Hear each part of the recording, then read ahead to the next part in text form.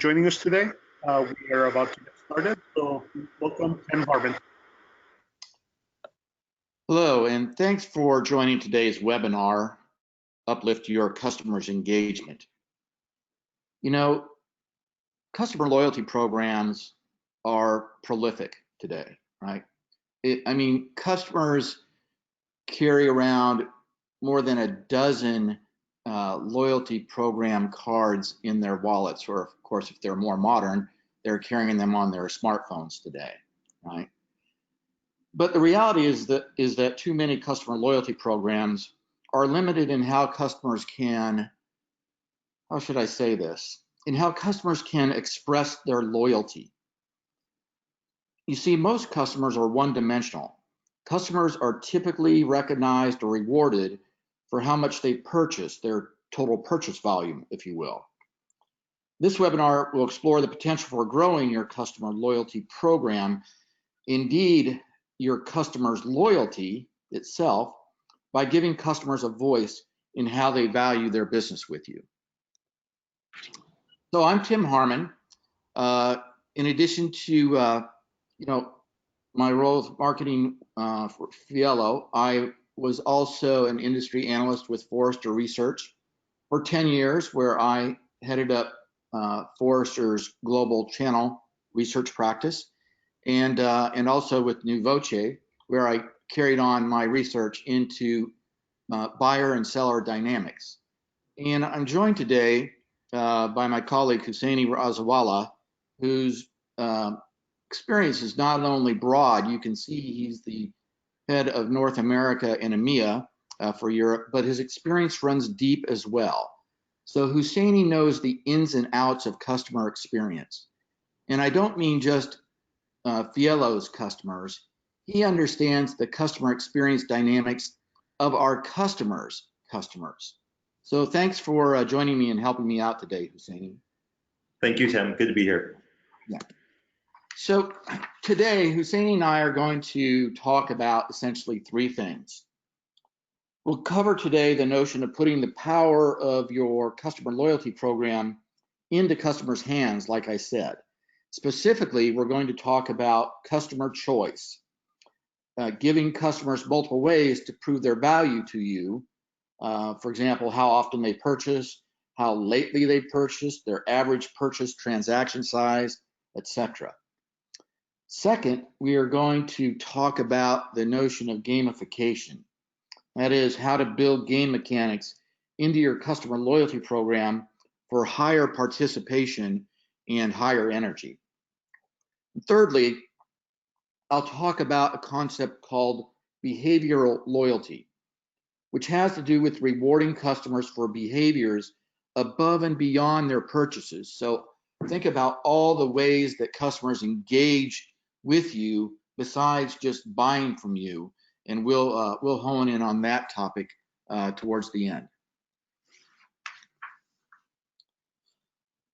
So more than half of B2C companies, business to consumer, consumer-oriented companies, today employ a customer loyalty program, presumably to effect customer loyalty.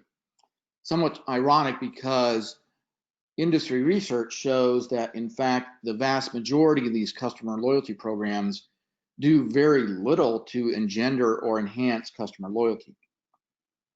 And the reality is that the overwhelming majority of these companies define what loyalty means to them, right? Virtually no company offers customers a voice in what defines or determines their loyalty.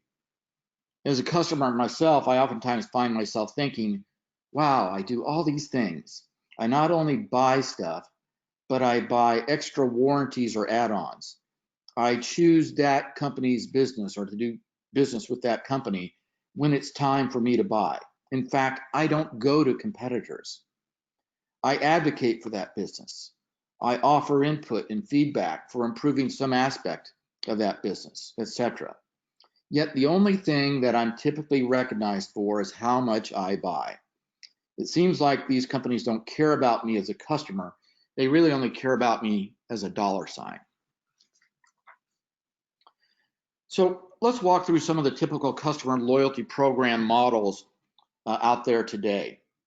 First, we'll take a look at what we call the volume business model, or total transaction volume. That volume can be measured in either the total number of units purchased or the total number of dollars spent. And most companies favor the latter, dollars spent, because it speaks directly to their top line. These types of programs reward customers more for spending more, or if it's couched in terms of units, for buying more things. Here's a customer loyalty program model that is not oft used today, but is garnering a lot of interest, what we call the big spender model. Right? In this model, it's not the amount spent in a time period, it's that the customer, when they do make a purchase, makes a big purchase. The higher their average spend, the more the reward. It's important because companies would, of course, like to have more of these big spenders thinking about them when they get ready to pull out their wallets. And who can forget the ubiquitous punch card program model, right? It's essentially a number of transactions model. After a certain number of transactions, the customer is rewarded with a free or discounted product or something else. In this case, I have my heart on the 10th punch, so at the 10th visit or the 10th transaction is when they receive some sort of reward. Its popularity stems from the fact that it's relatively easy to implement and administer, so it's popular with small retailers and small restaurants. Now, let's look at a derivative of that number of transactions model, the frequency model, or if you want to think about it, the number of transactions over time. Unlike the number of transactions model, this model is time bound. With the plain vanilla number of transactions model, a customer could take years to reach that reward, to reach that 10th transaction before they get that free or discounted meal or hotel stay. In the frequency model, the customer is rewarded for how often they do business with you in a given time period. Say in the case of a hotel, the number of nights per quarter. This is another model that is gaining fast in terms of interest and popularity because it is perhaps the best proxy for loyalty. The more often a customer visits your establishment or your website or places an order, the more likely it is that that customer is transacting the majority and perhaps all of their business with you.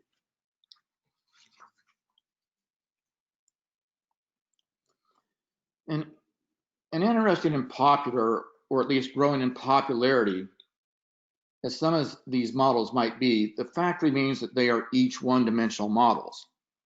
The company defines its customer loyalty program terms, and customers try, or at least some customers try, to adhere to those terms in order to get some reward.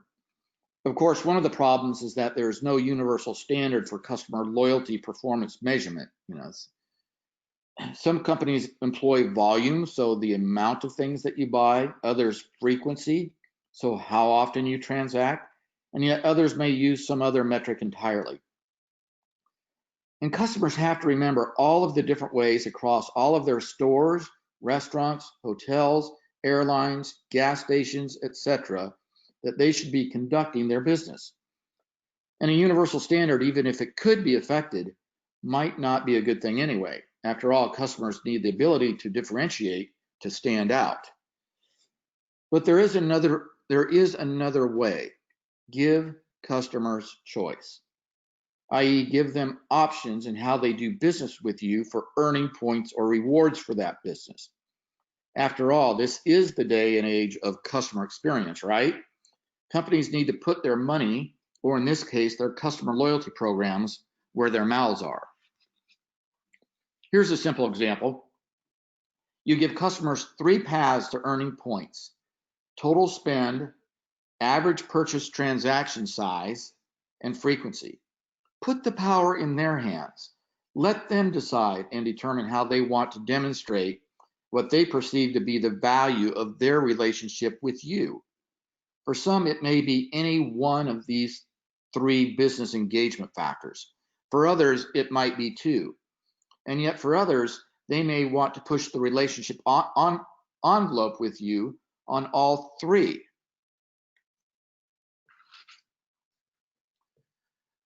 Let's take a look at how this might look as a program model. So via an intelligent rules engine, which Husseini will demo here shortly, we set up a customer loyalty program incentive based on 2 factors: how much the customer spends and how frequently they transact business with us. But those 2 factors are connected with a very important operator, or. That is, the customer can earn their way to higher rewards by either spending high amounts or by the frequency with which they transact business with us. In the case of the former, we'll set up a rule, 1 point for every $1 in purchase. And for the latter, the rule is 50 points for each visit or each transaction. Let's look at customer A. We'll call him Bob. So in a given time period, Bob spends $1,000 with us, and as a result receives 1,000 points.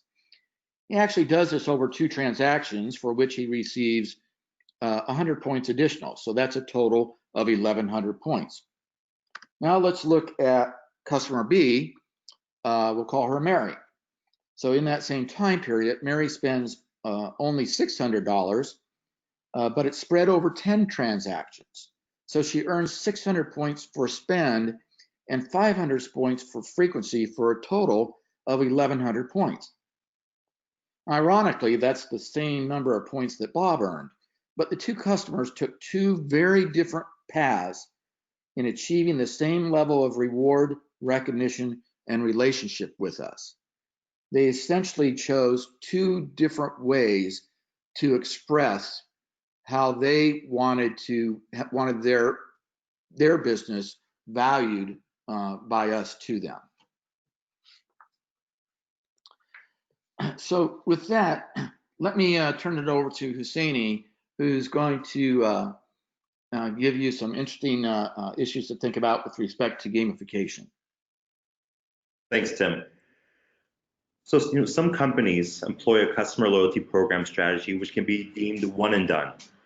Now, some of you may have heard the term one and done in terms of sports, like a championship playoff series. If a team loses 1 game, they're eliminated from the series. One and done. We're using the term in a different context here for customer loyalty programs. What we're referring to here is the fact that many companies spend all of their strategy capital up front in designing their customer loyalty program, and then they never change it, or at most they make slight changes to it over a few years. Folks, this is not a good thing. It doesn't take long for this one and done approach to customer loyalty program strategy to grow stale with customers. Do the analytics yourself. We here at Fielo have proven it through our ROI analysis that one and done program approach is high at the beginning, flattens out, then tails off over time. So what's the answer? So, well, one very good answer is turning a program's staleness into renewed energy and participation is gamification. Gamification is defined in many different ways. One definition, for example, characterizes gamification as a set of activities and processes to solve problems or achieving goals by using or applying the characteristics of game elements. Many of those game characteristics are included in baseline incentive loyalty programs and are indeed readily available in Fielo. Goal setting, learning, achievement monitoring and communications, rewards, and user engagement. But we want to talk today about 2 aspects of gamification which really stand out and which can add new fuel to your customer loyalty program fire: the concepts of challenge and competition. So first, let's take a look at the notion of challenge and how you can use challenges to gamify your customer loyalty program. Challenges are about more than some immediate or near-term reward. They involve getting to something better or higher, where you can do a lot more, make a lot more, and be seen a lot more. So let's think about sports franchises. Whether it's football, baseball, basketball, soccer, track and field, or some other sport, teams or individuals initially participate and compete in some type of regular season or qualifying round. But they do so in order to get into that playoff series or that final round. That's where the big money and the big recognition is. And these big sports franchises didn't adopt this model just for building excitement. They have proven that this type of move up the ladder approach of gamification not only charges up interest and optimizes performance output, but that it also maximizes revenue. Keep that in mind as we walk through some gamification technique examples here. So the first one is you might be running your loyalty program as a standard fixed goal incentive. Customers earn some rewards based on how much they do in a given time period. What they do may involve many things or different ways of doing things, as Tim talked about earlier, and as we'll talk about more in a few minutes. According to how well a customer does relative to that goal determines the reward or amount of reward they get. But you can use a standard fixed goal incentive mechanism as a qualifier challenge. Do this much, and you'll get to participate in a much bigger program. Sure, customers can still earn the standard reward for their performance in the initial program, but they can also strive to meet your goal so that they can participate in the championship series, i.e. the bigger program. Note that customers that don't qualify don't necessarily have to be left feeling disappointed or missing out. With Fielo, you can set up a series of qualifier challenges that are cumulative, i.e. it's not the number of points that you make in one challenge, but the number of points that you make over a number of challenges that earns them a spot in the final, so to speak. If they fall short in the first challenge, they can make it up in the second or third challenge. See how this type of gamification engenders new levels of energy and performance by your customers? We've seen this in the market. So you could also use that standard program as a challenge program to earn points, not towards a reward or perhaps in addition to a reward, but to a level, say silver or gold. We find that level programs are increasingly more popular because they can provide business benefits as rewards. And these business benefits often represent low cost or even no cost to the company, significantly reducing their loyalty program rewards budget. So let me give you an example of a business benefit. Let's think of a brand like a hotel. They might give gold level customers free access to their business center, which doesn't have a direct additional cost to the business. And these business benefits are a two-edged sword, and that's in a good way. It's not just that they enable you to rein in your rewards budget, it's also because customers in utilizing those business benefits get more deeply engaged with you. And so it feeds into that ever-increasing lifetime value cycle. Customers do more to earn more, and what they earn compels them to do even more with you.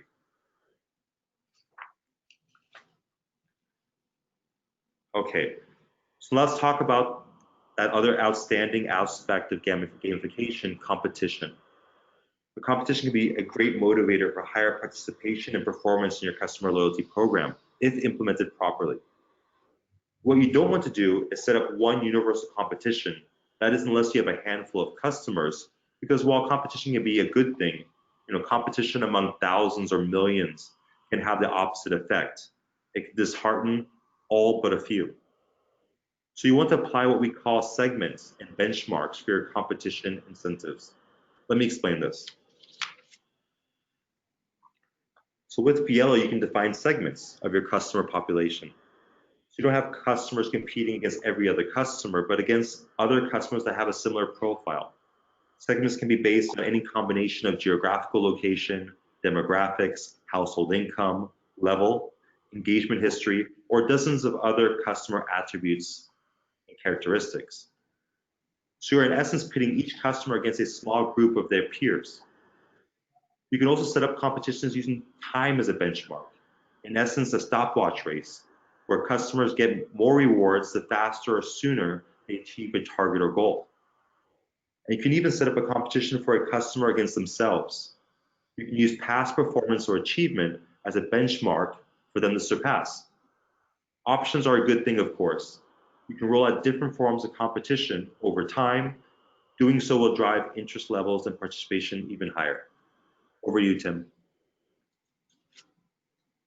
Thanks, Husseini. So we've talked a lot about how customers' loyalty can be measured in terms of their purchases. But of course, purchases are not the only way that customers engage with you. In fact, a customer's purchase is at the very tail end of what can be a long, involved decision life cycle, or what some refer to today as the customer journey.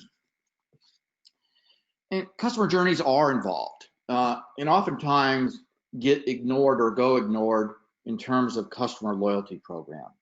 Like I said, the vast majority of customer loyalty programs reward customers for their purchases, but not in all the ways that customers engage with you.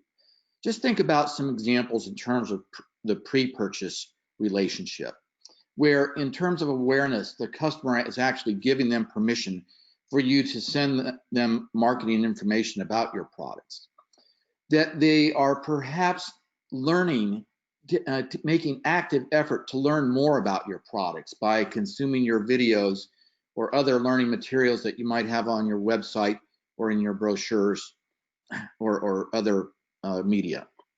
And even participating in past incentive programs or promotions is an indicator of customers' engagement with you, right? All of those are positive indicators that all fold into this thing called CX, customer experience. Of course, that's not the only way that customers have in terms of making their decisions about who they decide to do business with when it comes transaction time.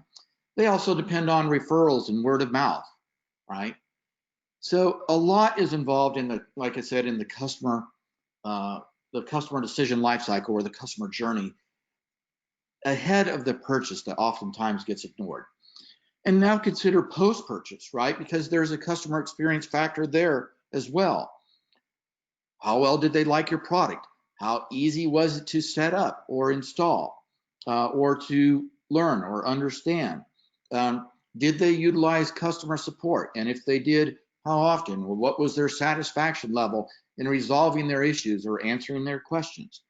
Because that customer experience factor, post-purchase, feeds into brand advocates, right? The fact that those customers that have a great customer experience throughout the entire decision life cycle are really primed to become great brand advocates for you. Moreover, that customer experience that they have post-purchase feeds back into another customer journey, right? Be it upsell, cross-sell, or new product, or referral to another customer. Those things are all very, very important, vitally important, and that, like I said, oftentimes ignored in terms of customer loyalty program mechanics. So I talked at the beginning about a number of shopping behaviors, total purchase value or TPV, what we call total transaction volume.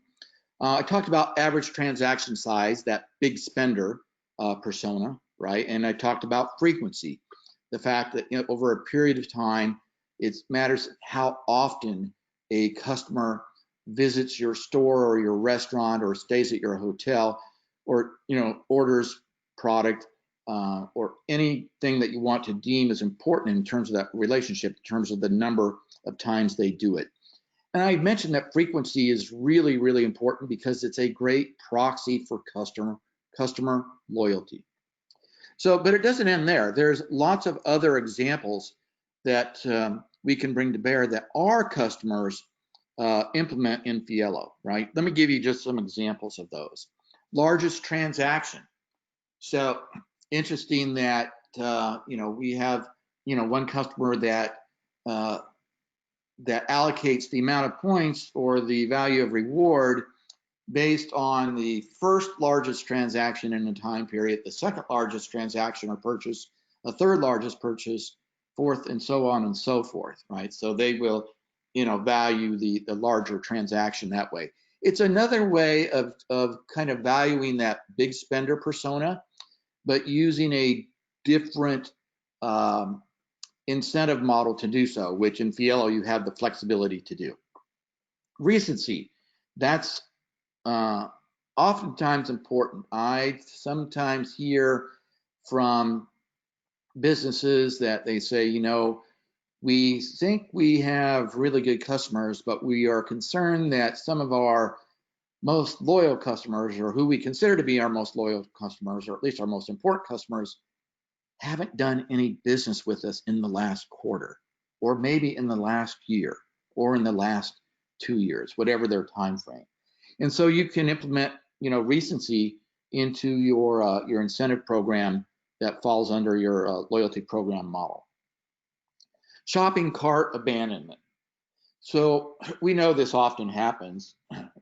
Goodness knows I abandon shopping carts on a regular basis myself. And with Fielo, you have the ability to apply negative points. So you could apply negative points for abandoning a shopping cart. Now, in reality, no one would probably want to take away points from a customer, but you could use non-abandonment as a points booster for other programs. So if zero abandons in a time period might earn them 1.5 times the number of points in your loyalty program. If they abandon only once or twice in a particular time period, that still might get them a multiplier of 1.2x. And if they have 3+ abandons, then they're participating in your program at a normal 1x rate. And quote requests, because while customer loyalty programs are very popular amongst B2C or consumer-oriented companies, they are increasingly garnering a lot of interest from B2B companies, those who have businesses as their customers. And so I listed this example as one of our customers that are using quote requests. If a B2B customer through their e-commerce site is requesting a quote, they're actually incentivizing and rewarding the size and the number of quotes that they actually request. Let's talk about some of the customer experience behaviors. I alluded to customer experience a minute ago. And like I said, most customer loyalty programs are focused on shopping behaviors or transaction behaviors. And I even gave you some ideas on the last slide of how you can go well beyond the notion of just total spend, right? But customer experience behaviors are every bit as important to consider and include in your customer loyalty program. So you can start with something as simple as initial adoption or usage, right? Hey, I'm a customer. I want to register to participate in your loyalty program. Oh, you get welcome reward points right up front just for wanting to sign up. Right? Content consumption, for example, watching your videos. I know a lot of automobile manufacturers take this approach where they developed a cache of videos on the values of their particular cars, and they will reward their customers for actually consuming these videos. Referrals, like I said before, are you making referrals to other customers? That holds a lot of value for us, and we're going to reward that accordingly. Social advocacy. So I noted the importance of turning your customers into brand advocates. And if you apply incentive program smartly, you will turn your customers into brand advocates, right? You can do that. And even past participation in your incentive or promotion programs. So how does this look? Well, let's just add one, right? We started out, we looked at the OR model where they earn points for either how much they spent or the frequency with which they visited or transacted with us. So we can just add an additional rule that says for every piece of content that they consume, every video that they download and view or perhaps share with others, we're going to award them 10 additional points, right? And again, you have this type of flexibility and power. So with that, let me turn it over to Hussaini. Like I said, Hussaini is an expert in everything customer experience, and he works closely with our customers to understand the dynamics of them with their customers, and he's going to show you a few things now of what we've been able to affect with our customers.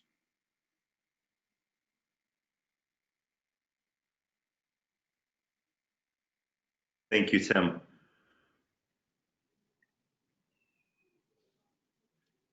So let's see how this looks set up in Fielo. So here, We have our incentive engines configured against the use cases we discussed today. A time-sensitive promotion for the winter season, segmented, as you can see in the top left-hand corner, to our US Northeast customers. So we're leveraging our segmentation engine, Fielo, against the winter months for the winter season here. And we have those different paths that we discussed today around customer engagement as rules in the engine. Total transaction volume, purchase frequency, and as Tim added this a moment ago, a baseline behavior incentive around content consumption or share. And in Fielo, you're able to set up for each of these rules the criteria. So you see here in the top right, we have the criteria rule configuration around that purchase and how we're going to incentivize only the purchases over $100. And next, we see the next configuration window around the reward output. We're incentivizing it with points, with a $1 to 1 point earning model. So each rules criteria is configured in this point and click interface. And now we're able to have this program up and ready quite simply. Now let's take a look at the customer experience that Tim highlighted. Fielo includes out of the box a number of portal widgets to engage the customer on where they are and what they're doing in their incentive journey. And so we see here the two incentives we've been highlighting today. Remember Bob, who excelled at spend or total purchase value. And on the right, remember Mary, who's excelling at frequency of visits. So let's see how these principles look when they're applied to an actual business and brand. So here's one of our customers.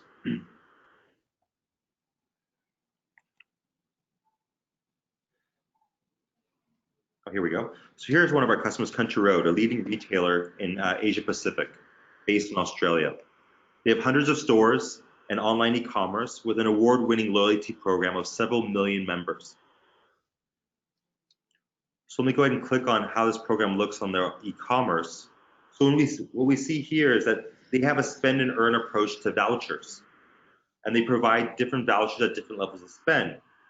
But they also provide other benefits to the customer, like a welcome reward, a birthday voucher, and depending on doing certain actions in the program, longer expiry or extended expiry of their vouchers. We talked about how important levels are. And Country Road has done a great job of leveling their program with an assortment of different benefits that unlock as you progress. They offer benefits like free shipping online, free tailoring in the store, and so on. All different ways of unlocking benefits to engage the customer as they go through this incentivized journey.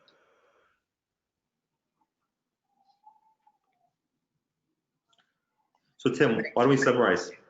Yeah, thanks, Susanne. So, we talked about three things, right? We talked about first, giving customers multiple paths or giving customers choice in how they want to characterize their relationship with you, right? So you're not dictating to them what you consider to be their value. You're giving them a voice, the voice of the customer, in letting them determine what their value is to you. And by doing that, by giving them voice, they will actually increase what they do with you, right, in terms of that value. So it's got a secondary effect, which is very, very positive for you. Second, we talked about gamification and the fact that gamifying your program increases engagement. It's been proven in market research study after market research study after market research study that you can't take this one and done approach that Husseini talked about, where you create maybe perhaps an interesting customer loyalty program, but then just let it sit on the shelf for 2 years. That's not going to work. It will work in the first 6 months, but you will see interest and participation tail off. You have to keep it going and alive and energized by introducing some of the gamification techniques that Husseini had talked about. So for example, in terms of sports franchise, where you use incentive programs in your loyalty program as a qualifier to participate in yet an even bigger or better program opportunity. And thirdly, we talked about the fact that customer loyalty is more than just transactions. It's more than just purchases or the amount of money that a customer spends with you, right? It's about all of those things that customers do in the course of their decision making, that decision making life cycle or customer journey, if you will, that is key to understand and value and reward, in addition, right, to how much business they transact with you. Okay. So with that, let's move to a few questions. See if we have any questions. Carlos, did any questions come in while Husseini and I were talking? Yes, Tim. So we have a few. If we don't get to all your questions, we'll be answering them through email. But let's go to the first one that we have here from Jonas. What are some examples of consumer behaviors that I could use to increase a B2C engagement? That's a good question. Carlos, I'll take that one. So what we've seen with our customers is a great assortment of different behaviors that you can incentivize to improve engagement. Things like update your customer profile, share your opinion, respond to a quiz, watch videos, post comments online, refer friends and family, buy a specific product in a period of time, how you buy the products through a specific channel. Think about when a brand has an online e-commerce like Country Road, driving them to buy online as opposed to in the store to reduce cost to serve. Those are some great examples that we've seen in the market. Great, thank you, Husseini. Let's see, next question's from Miguel. How can I create competition within my customer base? Good, I'll take that one as well, Carlos. What's really important is obviously segment your customer base. You can create leaderboards to publish the top 3 customers, recognize them by using badges, or additionally, reward them by using instant rewards. Those are some good ways. Great, thank you, Husseini. Let's see, I think we have time for one more at least. Here's one from Jackie. What are the key measures in the gamification program? Yeah, so I'll take that. Thanks, Carlos. A lot of companies, traditionally measure things based on their end goals, things like customer lifetime value or total revenue or average revenue per customer. That can be by tier or level or segment, right? So you can apply this segment analytics to understand how these customers are performing, not against a million other companies, but against their peers as you developed in your persona profile. But you can also have metrics that are linked to the path that customers take to achieve those end goals too, right? The engagement process, so to speak, which we think is so vastly important, right? Such as their frequency of play, timeliness, right? Sometimes you're going to be focused on wanting customers to achieve some target fast. The average number of actions or transactions per player, per customer, the median number of actions across the player base. Let me see, the number of players performing those actions, the number of repeat or returning players, right? Talking about frequency earlier, the progress of each player. The notion of these types of analytics, which we call in-program analytics, are measuring the progress of a partner up your loyalty ladder, so to speak, right? And by measuring in field or in promotion or in program what customers are doing, you're better able to fine tune and tweak those programs to better take advantage of and capture those customers according to how they express their interest and how they express their value. Great, thank you, Tim. And with that, we are at the end of our time. I want to thank everybody for joining us today. Special thanks to Tim and Husseini for the great presentation. For more information about Fielo and Fielo services, please feel free to go to fielo.com And with that, have a good rest of your day, and thanks again.